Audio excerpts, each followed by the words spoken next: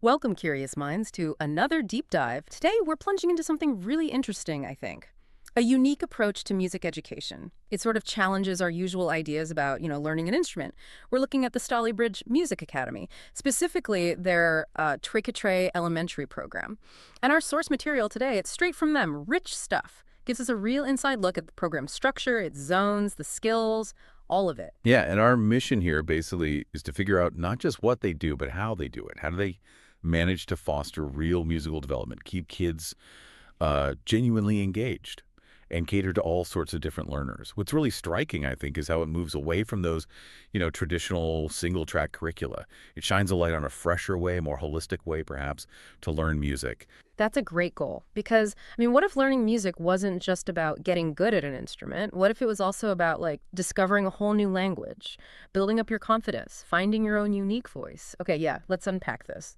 So, right at the core of this Stalybridge philosophy is the Triquetrae elementary program. The name itself, Triquetrae, sort of hints at three parts, an integrated thing. And it seems like it really delivers on that, aiming for multiple good outcomes, not just playing notes like Frank Bonder suggested. It seems incredibly joined up. It really is. Instead of a rigid step-by-step path, it's built around these, what they call 7 interconnected cells: find, create, grow, develop, achieve, explore, and build. And the really interesting part isn't just the names. It's that they're not sequential steps. Yeah. They're like flexible pathways that reinforce each other. So primary skills, but also vital sub-skills composition. Listening, they're nurtured together simultaneously. It's about building this whole web of musical understanding, you see. Huh. And it sounds like the goal is much bigger than just technical skill. It's about cultivating a real, genuine love for music. How do these interconnected cells actually build that? It feels like they've found a way to create this positive feedback loop. Exactly that. When students get involved with grow, develop, and achieve, they see real progress, tangible stuff that fuels their sense of accomplishment, keeps them motivated. Robert. But then you've got find, create, and explore. These give hands-on chances. Students aren't just sitting there receiving information. They're actively making things, interpreting things. Right, they're doing. Yeah. This interplay, it's not just about gaining skills. It's about building confidence, forging a deep connection to the music itself.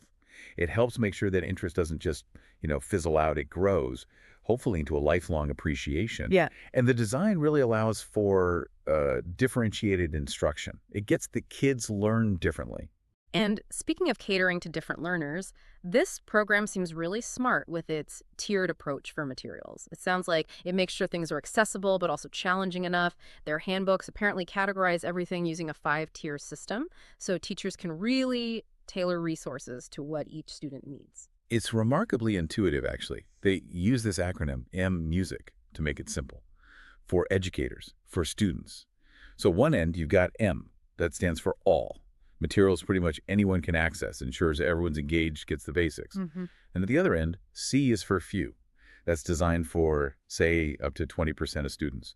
They're showing advanced ability, real interest. Often involves deeper problem solving or, really unique creative tasks. That clear structure, that stratification, it seems like it would make personalized learning so much more practical for teachers. Lets them really meet students where they actually are. It absolutely does. This isn't just putting labels on things. It's the scaffolding. It unlocks that personalized learning, making sure every student finds their sweet spot. Challenged, but not, totally overwhelmed. Okay, so if those core components are the sort of bedrock principles, where do they actually come to life? In the day-to-day learning, that seems to be in what they call the elementary zones. These aren't just ideas, they're the practical application of those 7 core components we talked about. Right, exactly. Take the find zone, for example. That's all about turning notes and rhythms, which can seem abstract, into a living language. Something students can actively decode, understand, builds that foundational literacy, but in a really engaging way. Okay. Then you have the create zone. Here, it's about helping students find their own musical voice, which, as we said, is so much more than just playing notes someone else wrote. It's about expressing their own ideas. Yeah, their own stuff. And after all that foundation work, that creative exploring, what's next? Well, the achieve zone. And here, the Academy does something brilliant.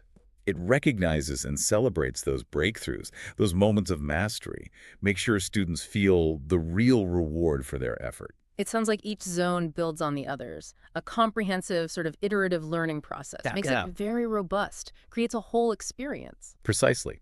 They're designed to be circled back to, built upon as the student progresses. It fosters continuous growth. Hmm. Now, beyond these zones, the program also lays out a range of TQ skills that are developed. What strikes me straight away about these skills is just how comprehensive they are. They go way beyond just, how well you play your instrument. You're absolutely right. And what's really profound isn't just the sheer number of these TQ skills, it's how they redefine musicality itself, Yeah. moving it from just playing notes to this holistic integration of mind, body, uh, emotional expression. Well, for instance, movement skills. It's not just about dancing around. They link physical movement, how your body feels the music, Hmm. to actually playing your instrument more fluently, understanding how the body works with the music, Huh. and things like musicology skills. They unlock the why and how of music, giving students context, cultural, historical, so they're not just performing a piece, they're understanding where it comes from, what it means, truly understanding the art form.